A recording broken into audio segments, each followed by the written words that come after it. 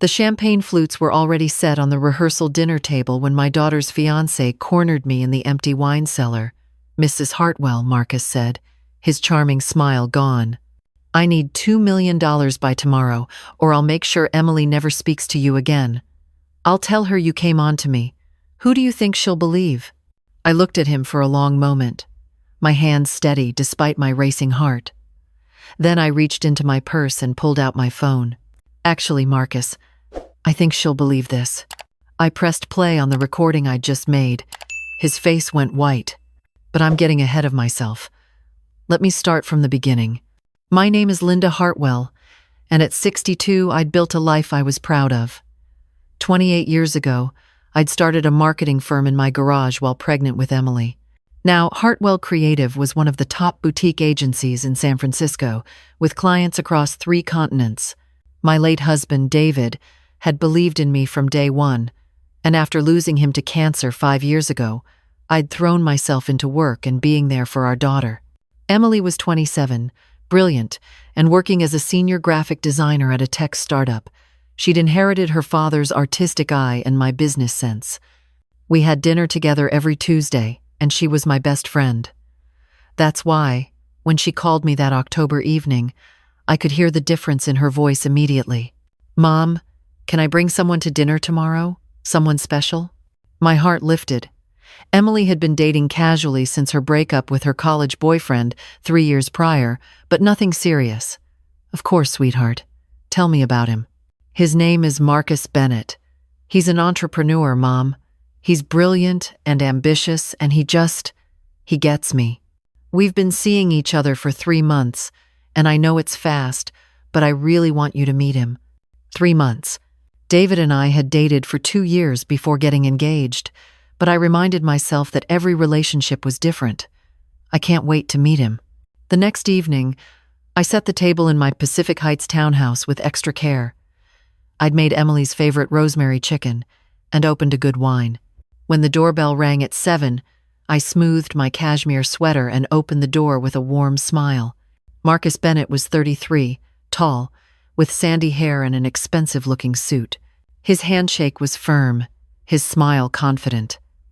"Mrs. Hartwell, Emily's told me so much about you. It's an honor to meet the woman who built such an impressive company." The right words. Almost too right. Over dinner, Marcus dominated the conversation. He talked about his investment portfolio and his venture opportunities in vague terms that never quite coalesced into specifics. When I asked what exactly his business was, he smiled and said, "I'm in strategic acquisitions and growth capital. It's complicated, but basically I help companies unlock their potential." Emily gazed at him like he'd hung the moon. Halfway through the meal, Marcus's eyes swept around my dining room, pausing on the abstract painting above the sideboard. "Is that an original Kandinsky?" "It is. My husband and I bought it at an auction 20 years ago. Must be worth a fortune now." He took a slow sip of wine. "Emily mentioned you have quite the art collection. And this place in Pacific Heights. Real estate here is what, 5 million? 6? I felt my shoulders tense. I don't usually discuss finances at the dinner table. Of course. He reached for Emily's hand. "I just admire what you've built. Emily's lucky to have such a successful mother to look up to." But his eyes had lingered too long on the painting, calculating. After they left, I stood at my window, watching the fog roll over the Golden Gate Bridge. Something felt off. I couldn't pinpoint it exactly, but David used to say I had good instincts about people. It was what made me good at client relationships, and right now, my instincts were screaming. I pulled out my laptop and did what I should have been embarrassed to admit. I Googled him. Marcus Bennett, San Francisco, entrepreneur. The results were surprisingly sparse. A LinkedIn profile with vague job titles, no company website, no press mentions.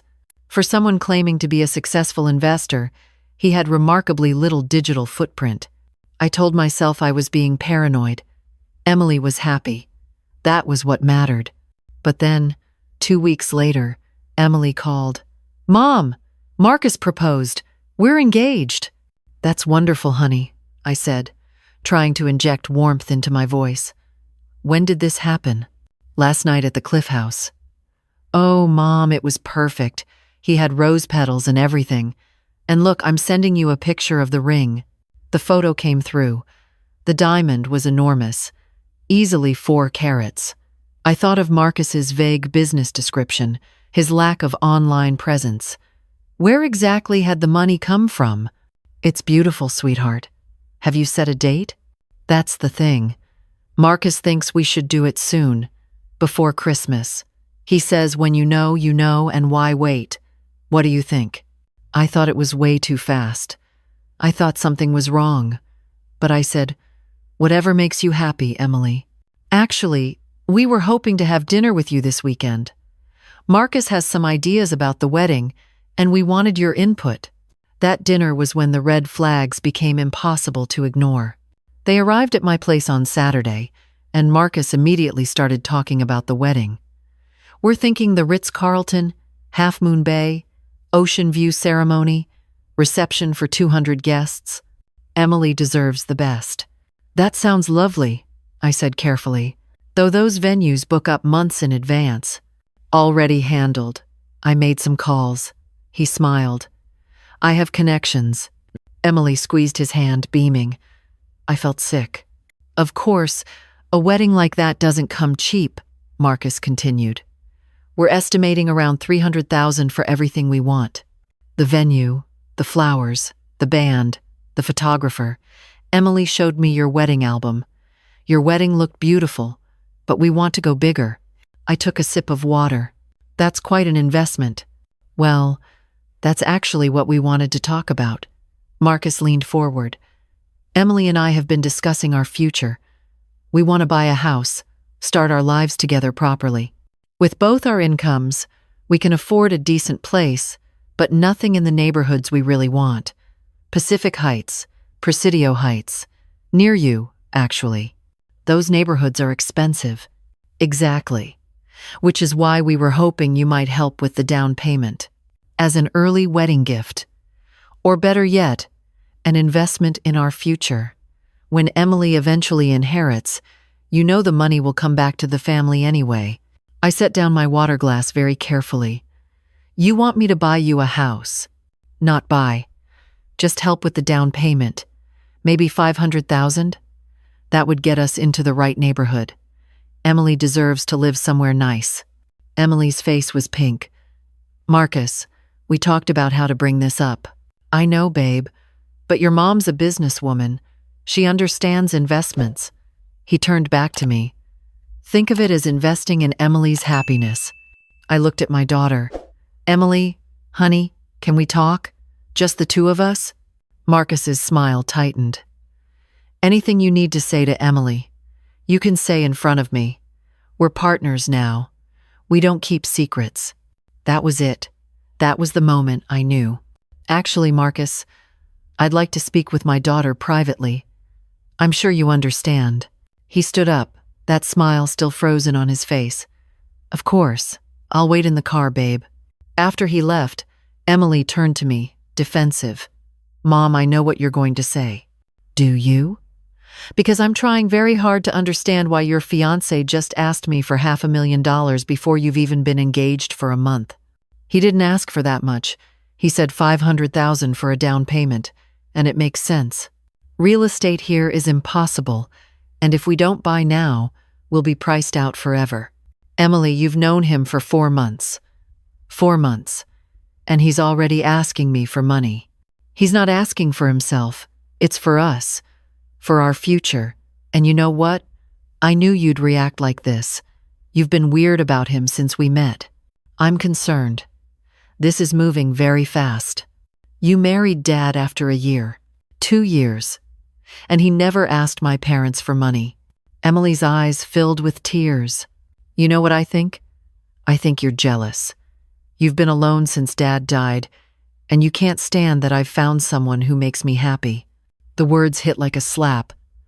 Emily, that's not fair. Isn't it? You've made work your whole life. You don't date, you don't go out. And now that I have someone, you want to tear it down. She grabbed her purse. I'm leaving. And don't expect me at Tuesday dinners anymore." She walked out, slamming the door. I sat in the silence of my empty townhouse, my daughter's words echoing. Was I being unfair? Was I projecting my loneliness onto her happiness? No. My instincts were right. I knew they were. I called my lawyer, Robert Chen, the next morning. Robert and I had history. We dated briefly in law school before I'd met David. After David died, Robert had reached out, taken me to dinner a few times. Nothing serious had developed, but we'd remained friends. Now he practiced family law at one of the city's top firms. "Linda, good to hear from you. What's going on?" "I need a private investigator. Someone discreet. Someone good." He paused. "This about Emily? How did you know?" "She called me yesterday. Asked about prenuptial agreements. Said her fiancé suggested it to protect her interests." My blood went cold. "A prenup? He suggested it?" "That's what she said. She seemed to think it was romantic. Him protecting her." "Robert, that doesn't make sense. Why would he push for a prenup if he's the one with less assets?" "That's what I thought too. I asked her some questions about his financial situation.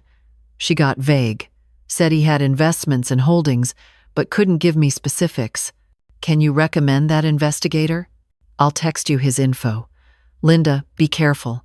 If Emily finds out you're investigating him." "I know, but I can't shake the feeling something's very wrong." The private investigator, James Morrison, looked like someone's grandfather. Silver hair, kind eyes, retired SFPD detective. We met at a cafe in the marina. "What do you want to know?" he asked. "Everything. His background, his finances, his previous relationships, everything. These things can take time." "We don't have time. He wants a Christmas wedding. That's 2 months away." James nodded slowly. "I'll do what I can." For 3 weeks, I heard nothing from Emily. I texted her every day. "I love you. I'm sorry we fought. Can we talk?" No response. I threw myself into work, taking client meetings, reviewing campaigns, anything to distract myself. My assistant, Patricia, a sharp woman in her 40s who'd been with me for 10 years, finally cornered me. "Linda, you're working 16-hour days. What's going on?" I told her. Everything. The engagement, the money request, the fight. Patricia's face darkened. "Want to know what I think?" "I think this guy's running a con, and I think you should trust your gut. But what if I'm wrong? What if I lose Emily over this? What if you're right, and you don't do anything?" That night, James Morrison called. "I've got preliminary results. You're going to want to sit down." I poured myself a glass of wine and sat on my couch. "Tell me." Marcus Bennett is his real name, but that's about the only real thing about him. He's been married twice before. First marriage lasted 18 months, ended in divorce. Wife was a dentist, owned her practice. She filed a restraining order after the divorce, claiming he'd tried to access her business accounts. My hands went cold. And the second marriage lasted 2 years. Wife was a real estate developer in Seattle, also ended badly. She claimed in the divorce proceedings that he'd manipulated her into putting his name on several properties, then tried to force a sale. She fought it, but it cost her a fortune in legal fees. Oh God, there's more. I found 3 other women who dated him seriously. All of them were financially successful. All of them reported similar patterns. Fast courtship, quick talk of marriage, pressure for financial entanglement. One woman, a venture capitalist, said she broke it off after he asked her to invest in a business opportunity that turned out to be completely fabricated. I felt nauseous, so he targets successful women. Specifically, he targets women with assets and family money. From what I can tell, his MO is to marry them, gain access to finances, and then either drain accounts or manipulate them into giving him money. He's smart. He's careful. He always stays just on the legal side of things. It's not theft if they give it to him willingly. Does Emily know any of this? I doubt it. He scrubbed his social media. His LinkedIn only goes back 3 years. The marriages were both in other states. Unless she specifically looked for marriage records, she wouldn't know. I need copies of everything you found. Already compiling it. Linda, there's something else. He's been taking Emily to tour houses, big houses, in Pacific Heights, places listed for 5-6 million. He's showing her a lifestyle she can't afford.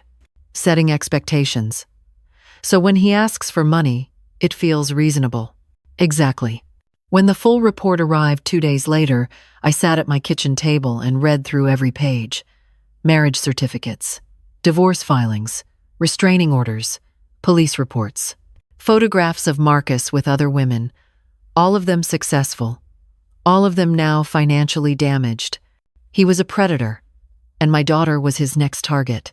I tried calling Emily. Blocked. I tried emailing. No response. I even drove to her apartment, but she wouldn't answer the door. Finally, I did the only thing I could think of. I called Marcus. Mrs. Hartwell, he answered, his voice smooth. To what do I owe the pleasure? We need to talk. About the wedding. About Emily. I'm listening. I want to apologize. I was hasty in my judgment. Emily's right. She's happy, and that's what matters. The words tasted like poison. I'd like to take you and Emily to dinner. Somewhere nice. Maybe we can discuss how I can help with the wedding and the house. There was a pause. Then, that's very generous. I'm sure Emily will be thrilled. There's a private dining room at Le Bernardin. I'll make a reservation for this Friday. 7 o'clock. We'll be there. After I hung up, my hands were shaking. I called Robert. I need your help, and I need you to trust me, even if what I'm about to ask sounds crazy. That Friday, I arrived at Le Bernardin an hour early. The private dining room was elegant and quiet. I'd requested it specifically for what I was about to do. Robert met me there, dressed in a suit. Are you sure about this? No, but I don't have a choice. We reviewed the plan 3 times. Then we waited. Emily and Marcus arrived at 7 sharp. Emily's face lit up when she saw me, then faltered when she noticed Robert. Mom, what's Mr. Chen doing here? He's here as my lawyer. Please, both of you, sit down. Marcus's smile was stiff. I thought this was a dinner to discuss helping us. It is, in a way. I opened my purse and pulled out a folder. But first, Marcus, I need you to see something. I slid the folder across the table. Marcus didn't touch it. What is this? Emily asked. Open it, I said gently. Emily opened the folder. I watched her face as she flipped through the pages. Marriage certificate to Jennifer Walters. Divorce filing. Restraining order. Second marriage certificate to Susan Cho. More divorce documents. Police reports. Photographs. Her face went white. What is this? That's your fiancé's history. 2 previous marriages. Multiple women he scammed. He targets successful women, marries them, manipulates them for money, and moves on. Marcus stood up. This is insane. I don't have to listen to this. Sit down, Robert said quietly. Or I'll be filing these documents with the police tomorrow morning. Marcus sat, but his eyes were hard. Emily was still staring at the papers. Marcus? Is this true? Babe, it's not what it looks like. Those were complicated situations. The marriages were mistakes, and the women were vindictive. Both of them? And the 3 other women who reported you? They're lying. Emily, you know me. You know I love you. Do you? I leaned forward. Or do you love her trust fund? Her eventual inheritance? The fact that her mother owns a multi-million-dollar business? You're poisoning her against me. No, Marcus. I'm showing her the truth. I pulled out another document. This is a timeline. You met Emily 4 months ago. Within 2 weeks, you were talking about marriage. 6 weeks in, you proposed. 8 weeks later, you're asking me for $500,000 for a house. That's not love. That's a business transaction. Emily's hands were shaking. Marcus, tell me she's wrong. Tell me this isn't real. He reached for her hand. She pulled away. Emily, baby, listen to me. Yes, I was married before. I should have told you. But I was young and stupid. And those relationships were toxic. What we have is different. 2 marriages, 2 restraining orders. They were exaggerating, trying to get better divorce settlements. And the 3 other women? His jaw clenched. I don't know what your mother's investigator told you, but I'm sure it's been distorted. Robert spoke up. Actually, I have sworn affidavits from 2 of the women. They're willing to testify if necessary. Marcus's mask cracked. Just for a second, I saw the real person underneath. Cold, calculating, angry. Then he turned to me. You think you're so smart, don't you? Fine, you win. But here's the thing, Mrs. Hartwell. Emily's an adult. She can make her own choices. And I think she'll choose me over a controlling mother who hired a private investigator to spy on her fiancé. He looked at Emily. What's it going to be, babe? Are you going to let your mother run your life? Or are you going to trust the man you love? Emily looked between us, tears streaming down her face. My heart was breaking. Emily, I know I can't make this decision for you, but please look at the evidence. Look at the pattern. He's done this before, multiple times. Don't let him do it to you. But I love him, Emily whispered. I know, honey. I know you do. But love isn't supposed to cost you everything. Emily stood up, still clutching the folder. I need to think. I need time. Emily, don't go with him, I said. Stay here. Stay with me. Or go to a friend's. But please, don't go with him. Marcus stood too. Emily, if you walk out with your mother, we're done. I'm not going to sit around and wait while she fills your head with lies. They're not lies, Robert said. We have documentation for everything. But Marcus ignored him, focused only on Emily. Choose, Emily. Right now. Your mother or me? Emily looked at me. The pain in her eyes was unbearable. Then she turned to Marcus. I need time to process this. Can you give me that? His face hardened. No. I'm not going to be strung along while your mother manipulates you. It's now or never. And there it was, the ultimatum, the control. Emily saw it too. I watched realization dawn on her face. Get out, she said quietly. What? Get out. Get out. Her voice rose to a scream. You lied to me. You manipulated me. Get out. Marcus's face twisted with rage. You're going to regret this, both of you. Is that a threat? Robert was already pulling out his phone. Because I'm recording this. Marcus looked at the phone, then at me, then at Emily. For a moment, I thought he might actually become violent. Then he grabbed his coat and stormed out. The silence he left behind was deafening. Emily collapsed into her chair, sobbing. I moved to her side, wrapping my arms around her. I'm so sorry, Mom. I'm so sorry I didn't listen. I'm so sorry I said those things. Shh, it's okay. It's over now. But it wasn't over. Not yet. The next morning, I woke to my phone buzzing incessantly. Text messages, voicemails, email notifications. All from Marcus. The texts started apologetic. Emily, I'm sorry. I overreacted. Can we talk? Then they turned accusatory. Your mother is controlling you. Can't you see that? Then threatening. You're going to regret this. I know things about your family, about your mother's business. I can make things very difficult. I forwarded everything to Robert. File for a restraining order, he said. These texts constitute harassment and implied threats. What about Emily? She should file for one too. This guy isn't going to let go easily. He was right. Over the next 2 weeks, Marcus called Emily 53 times. He showed up at her apartment twice. He sent her flowers with cards that read, I forgive you. The restraining order was granted. Marcus was ordered to stay at least 100 yards from both Emily and me. For a month it seemed to work. He stopped calling, stopped texting, vanished. Emily moved back into my townhouse temporarily. She was devastated, embarrassed, angry at herself. We spent long nights talking, crying, rebuilding our relationship. "I don't understand how I fell for it," she said one evening, curled up on my couch. "I'm supposed to be smart." "You are smart. He's just very good at what he does. He's had practice." "Did Dad ever? Did you ever have doubts about him?" "Never, not once. Your father was the most honest person I've ever known." "But Emily, that doesn't mean you can't trust again. It just means you learn to watch for warning signs." "What if I can't trust my own judgment anymore?" "Then you trust the people who love you. And you take your time."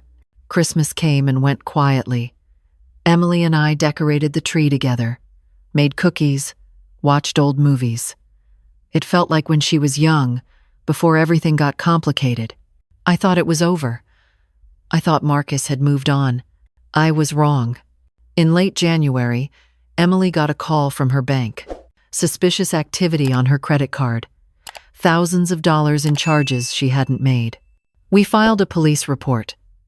The detective, a tired-looking woman in her 50s, took our statement. "When did you last see Marcus Bennett?" "A month ago, before the restraining order." "And you're sure he doesn't have access to your financial information?" Emily's face went white. "Oh, God. When we were together, he convinced me to link our bank accounts. He said it would make wedding planning easier. I closed the joint account after we broke up, but he had my account numbers. He had everything." The detective sighed. "We see this a lot. Financial fraud is hard to prosecute, especially when there was previously a relationship. He'll claim you gave him permission, but we'll investigate." Over the next 2 weeks, we discovered the full extent of it. Marcus had opened 3 credit cards in Emily's name. He'd taken out a personal loan using her information. He'd even tried to access my business accounts, but thankfully, our security caught it. Emily was devastated. I gave him everything. My trust, my love, access to my whole life. And he used it all against me. "We'll fix this," I promised. All of it. The credit, the accounts, everything. Robert took on her case personally. We filed police reports, fraud claims, disputed every charge. It was exhausting and expensive, but slowly, we made progress. In March, the detective called. "We have enough to make an arrest. We found out he's been doing this to multiple women simultaneously. There are at least 4 active victims right now, and we've connected him to 7 in the past 3 years." "7?" Emily's voice was faint. "He's a serial offender, and you were smart enough to get out early. Some of these women lost everything."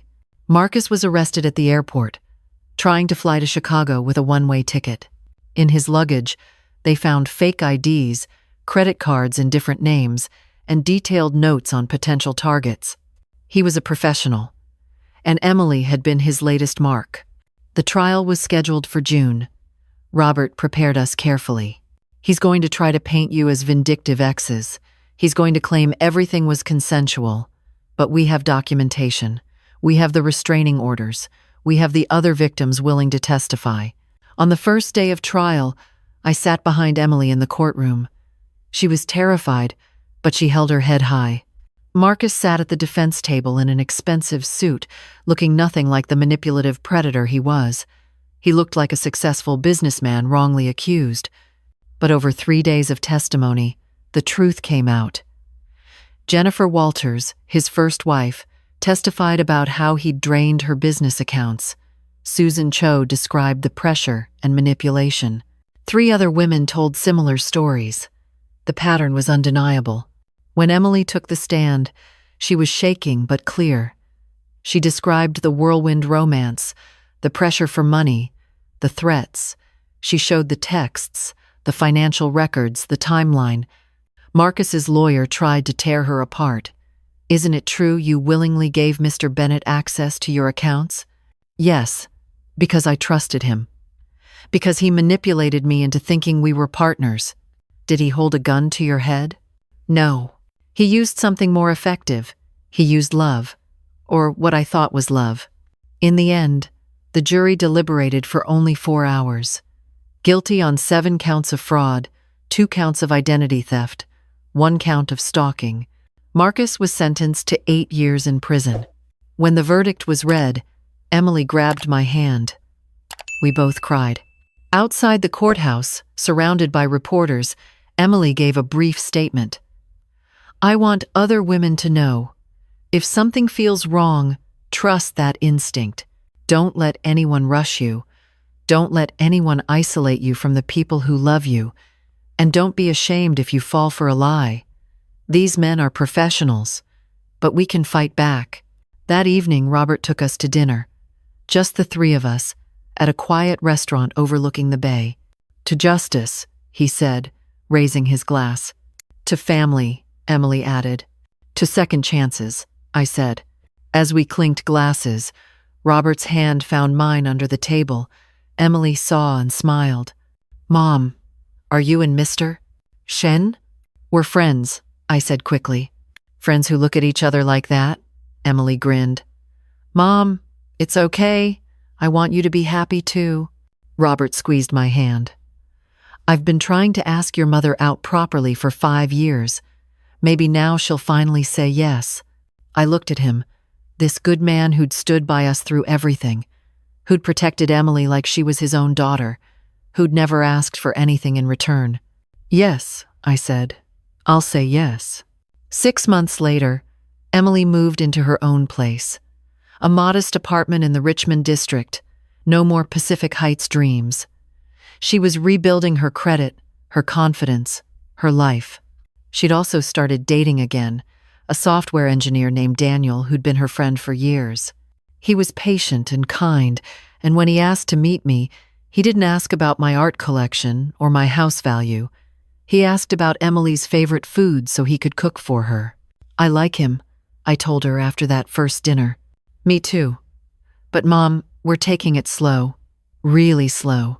Like glacially slow." "Good."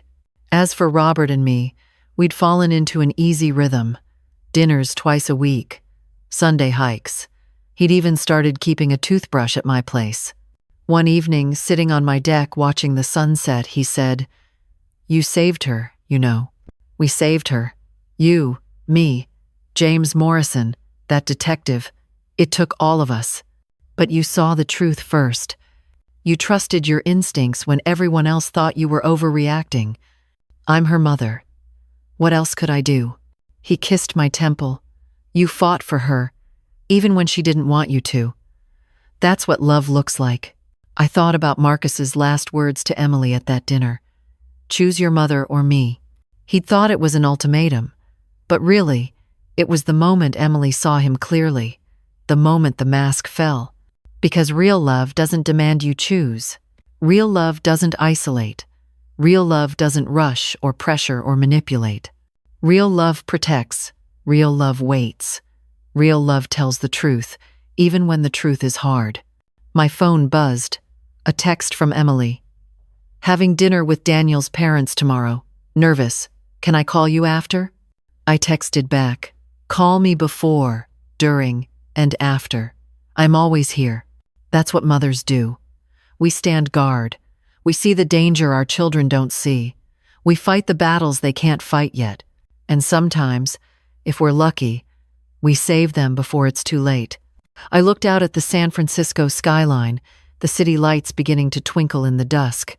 Somewhere out there, Marcus sat in a prison cell. 7 other women were safe, because Emily had been brave enough to testify. The wedding that almost was never happened. The house that almost became a trap was never bought. The man who almost destroyed my daughter was locked away. And Emily, my beautiful, brilliant daughter, was free. That was worth everything. Every painful conversation, every sleepless night, every dollar spent on investigators and lawyers. Because at the end of the day, love isn't about grand gestures or expensive gifts or quick promises. Love is about showing up, about telling the truth, about standing between the people you love and the darkness trying to consume them. Love is about being willing to be the villain in their story for a while, if that's what it takes to save them. And I would do it all again, in a heartbeat.